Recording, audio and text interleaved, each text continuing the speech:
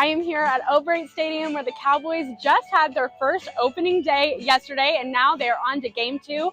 Will they continue with the momentum from yesterday, or will they fall short? Let's find out. Do football. Kenna, who you got? I got Brandon Presley. He had 7 touchdowns, and he had so many receiving yards this year. I mean, he was just a standout player. He was all over the field. Every single time you looked at him, he was everywhere all the time. He's really reliable, very consistent, and I'd say that even throughout his entire experience here at OSU, we've gotten to see his growth, and I really think that he showed his improvement through his last year. Cowboys on all forms of social media, so you can stay up to date on all things Cowboy baseball. Also, be sure that you're cheering on your Cowboys today, because if they get 7 runs in 7 innings, one of you could win $100 courtesy of 7 Friends Casino. Let's get back to the game. Of course. So last season, your season got cut short because of injury. Talk about that recovery process for you.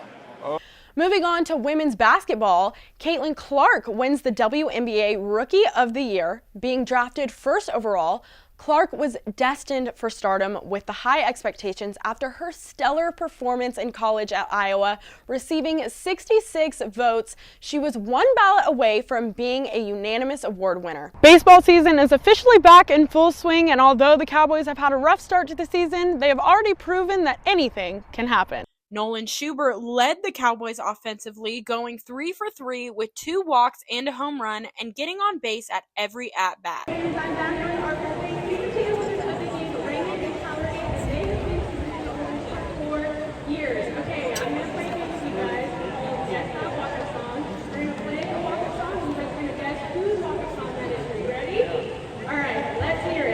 Cowboy fans everywhere are eager to see how this season will unfold. The Cowboys will be back right here at O'Brien Stadium for their opening weekend against UT Arlington. The game will be on Friday at 4 p.m. For the Poke Report, I'm Kenna.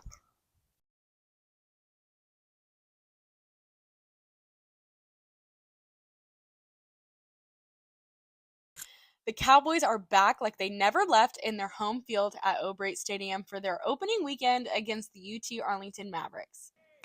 The Cowboys' momentum started off strong in Game 1 of the series with their offense kicking it off, getting 4 home runs in just the bottom of the first inning.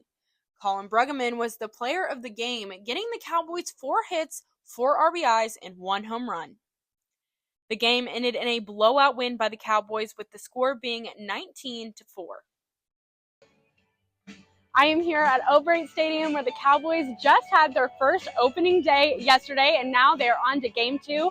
Will they continue with the momentum from yesterday, or will they fall short? Let's find out.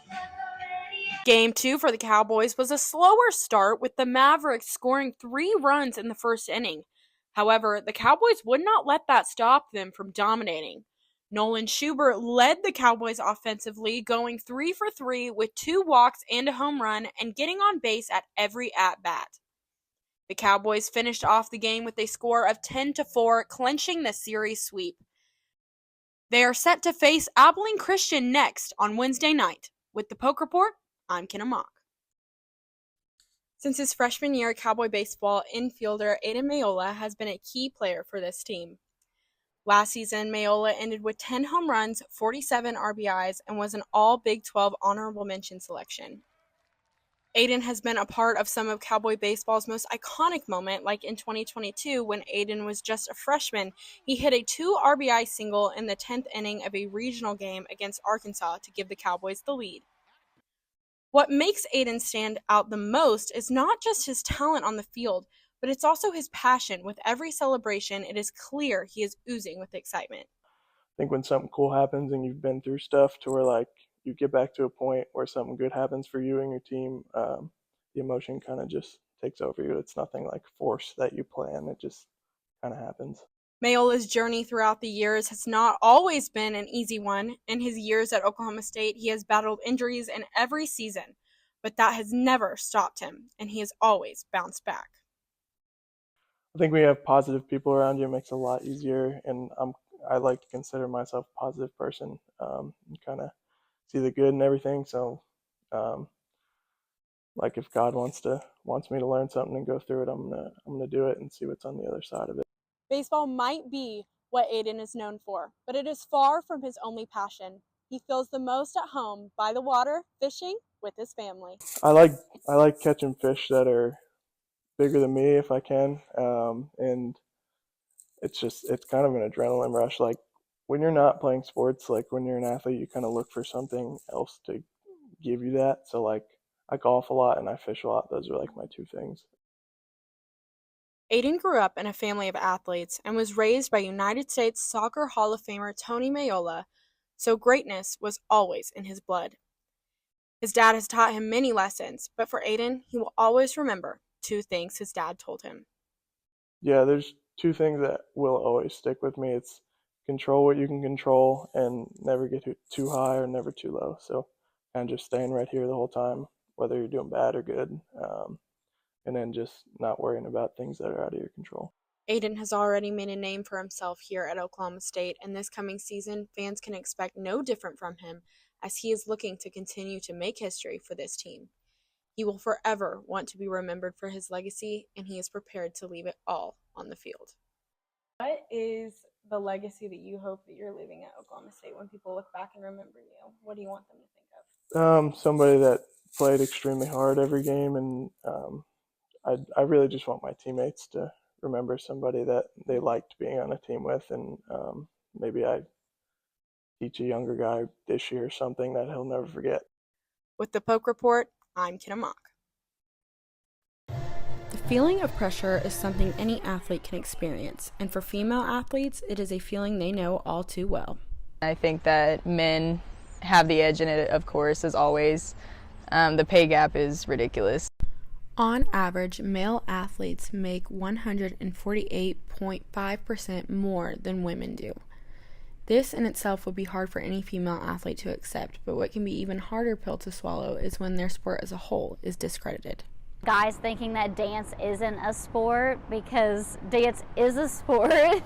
Dance is very hard on your body, and I don't think people realize how much it takes on your body to be able to do the things that we do. The good news in all of this is that Oklahoma State treats their female athletes with nothing short of the love and support that they deserve. Our fans are still like really equalized when it comes to male and women's sports. I think that they really support us just the same as they support them, and I feel like at a lot of other colleges that's kind of different. Although being a female athlete does come with hardships, it also comes with an immense amount of reward, whether that's a sisterhood for eternity or being able to come back as a coach and give back to other female athletes. It seems like a small thing as you're going through it, but in the grand scheme of things, you've impacted the life of a player. And that's, to think of that, it's an incredible feeling. As female athletes and all women in sports continue to grow in the industry, the one thing they will always have to count on is the support of fellow females in sports. Fight for opportunities, fight for equality, and just wake up and know you have to do it every day. You have nothing to prove to a man in sport. You have something to prove and compete with yourself every single day. The growth of women in sports and female athletes is an uphill battle that is continuously being fought, and here at Oklahoma State, they are supported fully. For the Poke Report, I'm Kenna. From the time Dahlia was just a teenage girl in Poland, she knew the kind of difference she wanted to make in the equestrian community. Horse riding was not her only passion. She also loved designing clothes. It is not often that someone is able to bring together their talents and allow them to mix, but that is exactly what Dahlia has done. In the equestrian industry, there were not many options for shirts that were feminine and sporty, comfortable, so I decided to make one for my own. And then that's how it started. Like, all my friends loved it. They were asking, where did you buy it? And I was like, oh, I made it. Yeah, so that's how it started. Just like any other brand, the Designed by Dahlia logo represents more than just the brand. In her case, it represents herself. This flower, that's the logo, and that's a dahlia flower. So it's just like a graphic design of my name, so yeah. Dahlia's friends, family, and customers are not the only ones who are impressed by her brand. She has also impressed her coaches right here at OSU. So much so that she is now going to sponsor the team and create a shirt of her own that the team gets to wear. It's really unique. I'm incredibly proud of her. She is one of our most creative teammates, and it shows in her design and her clothing, and She's really, really well known in our industry, so it's awesome to be able to collaborate with her and have a custom piece for the team. Getting to design a shirt for the team was not only something that her coaches and teammates appreciated greatly, but it was also something that she was more than willing to do. I wanted to support. Yeah, and OSU is always going to be in my heart, so. In the future for her brand, Dahlia says that she wants to expand her sales in the U.S. and in Australia. And as we have seen, she is well on her way. For the Poke Report, I'm Kenna Mock. Cowboy football comes out with a win in their season opener against South Dakota State Jackrabbits. Oklahoma State star running back Ollie Gordon ended this game with 104 rushing yards, 2 touchdowns, and 42 receiving yards, proving that he could be in store for another outstanding season. Well, he was physical last year, and he looks to be physical again now. I thought he ran very well today. At the half, Oklahoma State had only allowed the Jackrabbits 2 field goals, making the score 17-6. South Dakota State's offense was pretty solid overall, with their best offensive player being their quarterback, Mark Gronowski, who stepped up in the third quarter when he took the Jackrabbits 75 yards in just 3 plays and threw a 21-yard scoring pass, making the score 24-13. The Cowboys did not give up their lead and went on to win the game 44-20, ending the Jackrabbits' 29-game winning streak. The Cowboys are set to take on the Arkansas Razorbacks next on Saturday at 11 a.m., streaming on ESPN+.